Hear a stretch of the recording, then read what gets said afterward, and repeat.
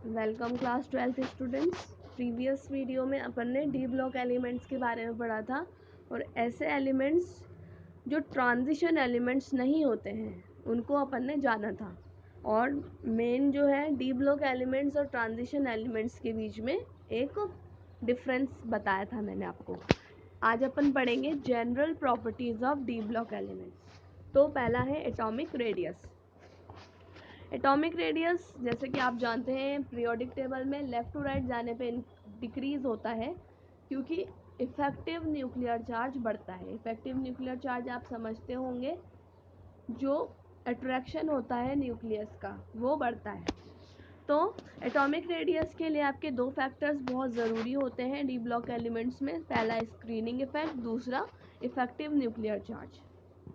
तो ये आपका इलेक्ट्रॉनिक कॉन्फ़िगरेशन है और आप ये कह सकते हैं कि यहाँ ये आपको बताया हुआ है कि डी ऑर्बिटल्स में कितने इलेक्ट्रॉन्स होते हैं।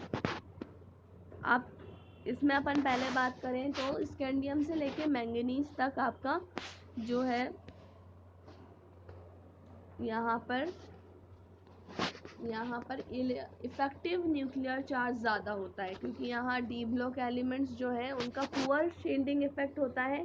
तो पुअर शील्डिंग इफेक्ट होने की वजह से जो है इफ़ेक्टिव न्यूक्लियर चार्ज ज़्यादा होगा। तो यहाँ क्या होगा, स्कैंडियम टू मैंगनीज साइज जो है वो डिक्रीज़ होता है और जैसे जैसे डी इलेक्ट्रॉन्स बढ़ते जाते हैं वैसे वैसे स्क्रीनिंग इफेक्ट बढ़ेगा तो आपका साइज़ भी इंक्रीज़ होगा। तो आपको ये ध्यान रखना है, अगर इफ़ेक्टिव न्यूक्लियर चार्ज इंक्रीज़ हो रहा है तो साइज़ डिक्रीज़ होगा और अगर स्क्रीनिंग इफेक्ट इंक्रीज़ हो रहा है तो साइज़ डिक्रीज़ होगा। ये जो है ये अलग पॉइंट है, ये और ये जो है ये पूरा एक साथ आपको ध्यान रखना है। मतलब स्कैंडियम टू मैंगनीज आपका इफ़ेक्टिव न्यूक्लियर चार्ज ज़्यादा होता है, इसीलिए साइज़ डिक्रीज़ होगा। इफ़ेक्टिव न्यूक्लियर चार्ज क्यों ज़्यादा होता है, क्योंकि डी ऑर्बिटल्स में इलेक्ट्रॉन बहुत कम होते हैं और स्क्रीनिंग ज़्यादा नहीं हो पाती। देन Fe कोबाल्ट और निकल का सेम होता है क्योंकि यहाँ इफ़ेक्टिव न्यूक्लियर चार्ज और स्क्रीनिंग इफेक्ट दोनों सेम हो जाते हैं। कॉपर और जिंक की बात करें तो स्क्रीनिंग इफेक्ट ज़्यादा हो जाता है और इफ़ेक्टिव न्यूक्लियर चार्ज कम होता है, इस वजह से Zn का साइज़ जो है वो कॉपर से बड़ा होता है। तो यहाँ समरी है आपकी, ये आप आसानी से देख सकते हैं। 3D सीरीज़ है, स्कैंडियम, टिटेनियम, वेनेडियम, क्रोमियम, यहाँ तक। इनफैक्ट मैंगनीज में इसमें ही इंक्लूड करेंगे अपन। एटॉमिक साइज डिक्रीज होगा, reason nuclear charge dominates. Then Fe cobalt nickel इसमें कांस्टेंट होता है क्योंकि दोनों जो है वो एक दूसरे को बैलेंस करते हैं, इफेक्टिव न्यूक्लियर चार्ज और screening effect. Screening effect I hope आप समझते होंगे, आप बहुत अच्छे से 11th क्लास में पढ़कर आए हैं। देन कॉपर एंड जिंक, तो जिंक में अब आप देखें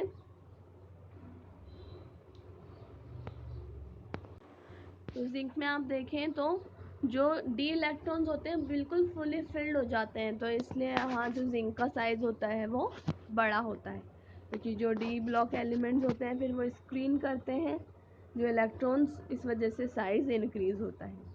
SE मतलब स्क्रीनिंग इफेक्ट। अब आप यही रूल 3D वाला 4D और 5D सीरीज़ पर भी लगा सकते हैं, लेकिन जो एटॉमिक साइज़ होता है 4D और 5D सीरीज़ का वो बिल्कुल नहीं, ऑलमोस्ट सेम होता है ड्यू टू लेंथेनॉइड कॉन्ट्रैक्शन। ये आपका दिखा रखा है ग्राफ से, आप देख सकते हैं। ये जो है आपका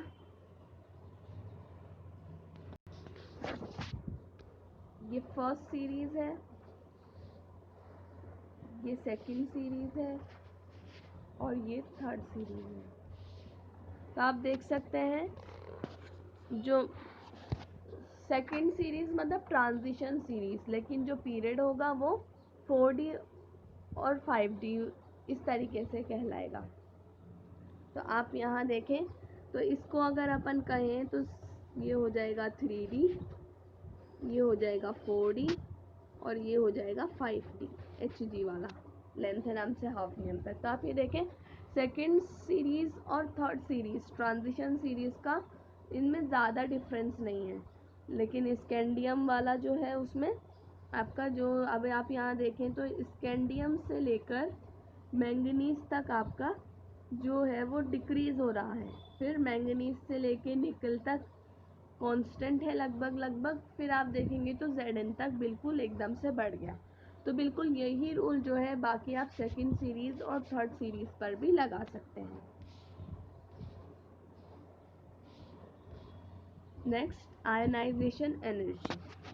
आयनाइजेशन एनर्जी क्या होती है? Energy required to remove outer most electron in isolated gaseous atom.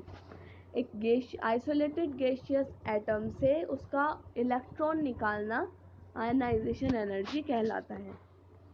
Left to right, अब आपको पता है पीरियोडिक टेबल में आयनाइजेशन एनर्जी इंक्रीज होती है ड्यू टू एटॉमिक नंबर, क्योंकि इंक्रीज हो जाता है उसमें। तो आप ये भी कह सकते हैं कि जो आयनाइजेशन एनर्जी होती है वो साइज के इन्वर्सली प्रोपोर्शनल होती है। Left to right size decrease होगा, इस वजह से आयनाइजेशन एंथैल्पी इंक्रीज होगी। अब यहाँ आप बात करें तो Zn, कैडमियम, मरकरी, इनके बहुत हाई आयनाइजेशन एंथैल्पी होती है due to their fully filled electronic configuration, क्योंकि स्टेबल होते हैं तो इस वजह से इनका इलेक्ट्रॉन रिमूव करने के लिए भी अपन को ज़्यादा एनर्जी देनी पड़ेगी। यहाँ क्वेश्चन है, second ionization enthalpy of chromium is more than manganese and Cu is more than zinc. तो पहली तो मतलब आपने एक इलेक्ट्रॉन रिमूव कर लिया, वो पहली आयनाइजेशन एंथैल्पी हो गई, लेकिन सेकेंड आयनाइजेशन एंथैल्पी क्रोमियम की मैंगनीज से ज़्यादा होती है और इसी तरीके से कॉपर की जिंक से। तो यही है due to stable electronic configuration after removing one electron. तो आप यहाँ देख सकते हैं क्रोमियम और मैंगनीज को अगर अपन रिलेट करें तो अपन ने क्या करा, क्रोमियम जो है, क्रोमियम का वैसे होगा 3d5 4s1। अब आपने क्या करा, एक इलेक्ट्रॉन निकाल लिया, तो यहाँ डी में इसके 5 इलेक्ट्रॉन रह गए। Mn की बात करें अपन तो यहाँ आप जो और एक इलेक्ट्रॉन निकालोगे वो s ऑर्बिटल से निकालोगे, तो यहाँ 4s1 रह गए। तो आप यहाँ देखेंगे क्रोमियम जो है उसका बिल्कुल स्टेबल कॉन्फ़िगरेशन है कि इसके हाफ फिल्ड ऑर्बिटल्स है डी, लेकिन मैंगनीज के पास अभी भी s ऑर्बिटल में एक इलेक्ट्रॉन है। तो इस वजह से ये क्या है, एक्स्ट्रा स्टेबिलिटी कॉन्फ़िगरेशन है, that is half filled D orbitals. बिल्कुल यही रूल जो है आपका कॉपर और जिंक पे भी फॉलो होगा। जैसे आप यहाँ देख सकते हैं सेकेंड आयनाइजेशन एंथैल्पी दिखाई हुई है ये क्रोमियम की, ये जो है ये आपका ये क्रोमियम है,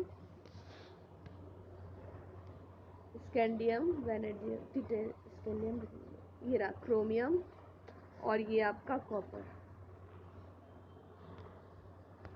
ये कॉपर। तो आप ये देखेंगे ये फर्स्ट आयनाइजेशन एंथैल्पी